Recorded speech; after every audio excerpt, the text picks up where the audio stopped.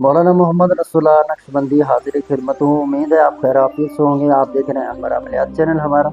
अगर आप हमारे चैनल पर नए तशरीफ लाए हैं तो आपसे रिक्वेस्ट है कि आप हमारे चैनल को सब्सक्राइब कर दें। शुक्रिया, जज़ाकल्लाहु खैरा। आज मोहब्बत के लिए एक छोटा सा नक्श दूंगा, बहुत ही छोटा सा है। तो ये नक्श मुसल्लस है। ये जब मियाँ बीवी के दरमियान मोहब्बत ख़त्म हो जाए तो उस वक्त मोहब्बत बढ़ाने के लिए ये अमल किया जाता है। आजकल तो मामला इतने बढ़ जाते हैं कि वो सब्र होता ही नहीं है। या बीवी कह देती है कि मुझे तलाक चाहिए, या फिर शौहर कहता है कि मैंने तुम्हें तलाक देना है।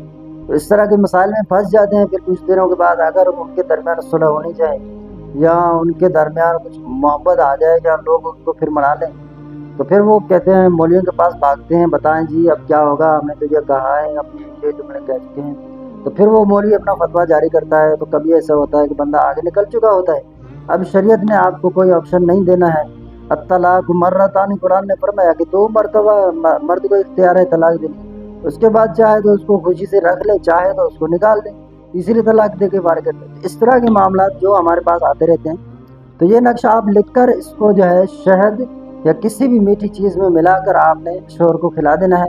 अगर शोहर इसको करे तो वो बीवी को इस तरह खिला दें, पिला दें। इंशाअल्लाह अज़्ज़ व जल आप अपने दरमियान, अपने जो अहलिया के दरमियान जो है वो मोहब्बत को पाएंगे।